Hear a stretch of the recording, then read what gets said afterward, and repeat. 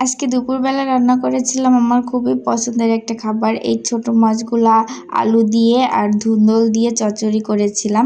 বেশি করে পেঁয়াজ মরিচ কেটে নিয়েছি, কারণ পেঁয়াজ বেশি দিলে অনেক বেশি মজা লাগে।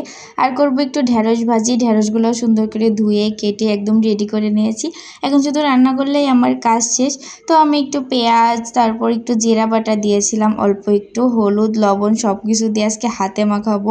হাতে মাখাইলে আমার খুব হাত জ্বালা পোড়া করে, এই জন্য হাতে মাখাই আমি খুব একটা এরকম করি না, মানে চচ্চড়ি করি না। তবে ওই দিন আমার আম্মু এসে এভাবে চচ্চড়ি করছে, অনেক বেশি মজা লাগছে। তো আমার হাজব্যান্ড আজকে আবার বলতেছে ওইভাবেই করো আম্মুর মতো করে। তো আম্মুর মতো করে করতে হইলে তো আমার হাত দিয়েই মাখাতে হবে। তো যাই হোক, আমার জামাই যেহেতু খাইতে চাইছে, হাত জ্বলুক আর যাই হোক, আমি এভাবেই করে খাওয়াবো। তারপরে আমি সুন্দর করে বেশি করে তেল দিয়ে হাতে মাখিয়ে এটা চচ্চড়ি করতে দিয়ে দিলাম। যা ভেবেছিলাম তাই হলো। একটু পরে আমার এত বেশি হাত জ্বলছিল যে আমি কান্নাকাটি শুরু করছিলাম। আমার জামাই তো পরে বিপদেই পড়ে গেছিল যে ওর জন্য আমার হাত দিয়ে মাখিয়ে এখন হাত জ্বালা পোড়া করছে। পরে আবার বলতেছিল তুমি কেন মাখাইছো, আমাকে বলতা আমি মাখিয়ে দিতাম, আমার তো তেমন কিছু হয় না।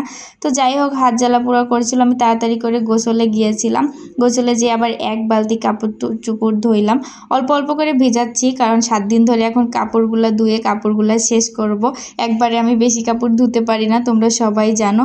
আর ছাদ না থেকে এত সমস্যা হয়েছে, কাপড় চোপড় মেলা আর আমার মানে কাপড় চোপড় আটাইতে পারি না। এই বেলকুনিতে অর্ধেক দিলাম, অন্য বেলকুনিতে দিলাম, রুমের মধ্যে দিলাম। তারপরে আমার বান্ধবীরা আসছিল, ওদের সাথে একটু বাসা দেখতে গিয়েছিলাম। ওরা আমাদের এরিয়াতে বাসা নিবে।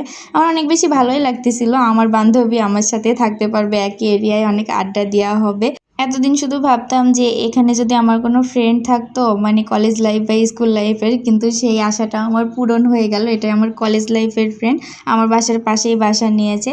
তারপরে আমি পড়াইতে গিয়েছিলাম। এটা হচ্ছে আমার স্টুডেন্টের ছোট বোন, আমার দিকে কি অদ্ভুতভাবে তাকাইছিল জানি না কেন।